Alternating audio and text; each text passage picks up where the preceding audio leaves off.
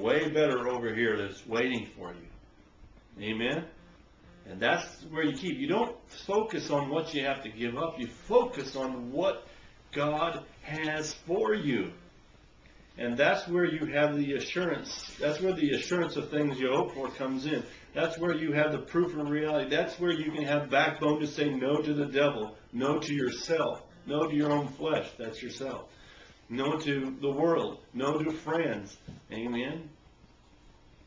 No to the world. Why? Because I know I've given that up because God has something better for me. Amen? That's the key. That's what you focus on. You don't focus on what you give up.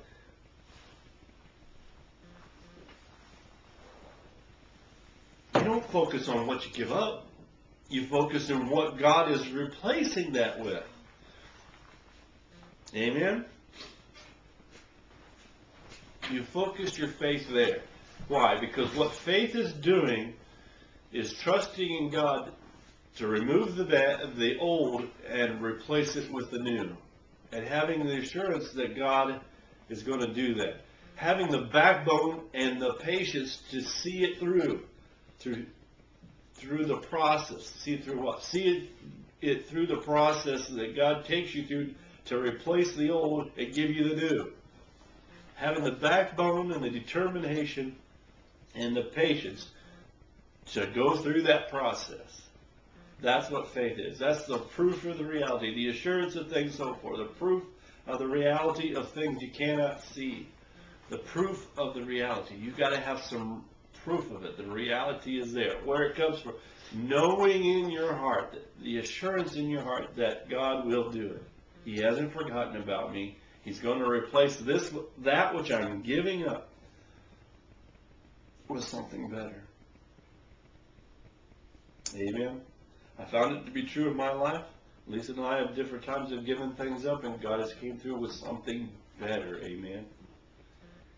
I mean, you could talk about material things, but you could also just look at our lives and what we would have had. We gave up a life in Ohio, whatever that would have been. Who knows? But, we gave up that, and God has given us something better. Amen. At different times we've given to the ministry, and God has turned around and blessed us as a result of it. Maybe we had savings or something, monetarily speaking, and gave it first to God, and He's turned around and blessed us for it. I remember different times giving to the ministry, and God would then turn around and take me to different parts of the world. I get to go overseas and do this and that. Lisa's time is coming. And just see Him bless. I have never found God not to have replaced that which I gave up with something better. He's always given me something better.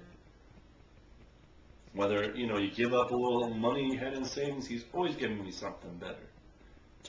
He's given me a raise as a result, so a way that He could repay that. Or He's taken me overseas. God requires a sacrifice up front, but don't focus on the sacrifice. Do the sacrifice. Give Him what He wants, and then He'll give you back something 100-fold times better, 100 times better. I found it to always to be true in my life. You can look at these patriarchs here in chapter 11, these saints. They always found it was something better. They always received something better. So don't focus on the past. Don't focus on what you had to give up. Focus on what He is replacing that with. And have the backbone and the patience to endure the promise. To endure the process that He takes. When He takes something away, you sacrifice something, give it, until He brings about the reality. That's what the reality is, right? The reality of what you have believed, and the proof of it will come. You have proof in your heart first, and then it will manifest or be revealed, and then you have received the blessing. So don't focus on what you have to give up. Give it up. Give it to God. And then begin to focus your faith on the replacement. Amen? and have the backbone to endure the process that God takes you from here to here. And that's where most people, most Christians give up. They cannot endure the process. They do not have the patience. So have patience and have some backbone to endure until the promise is being manifest. That's where most people give up.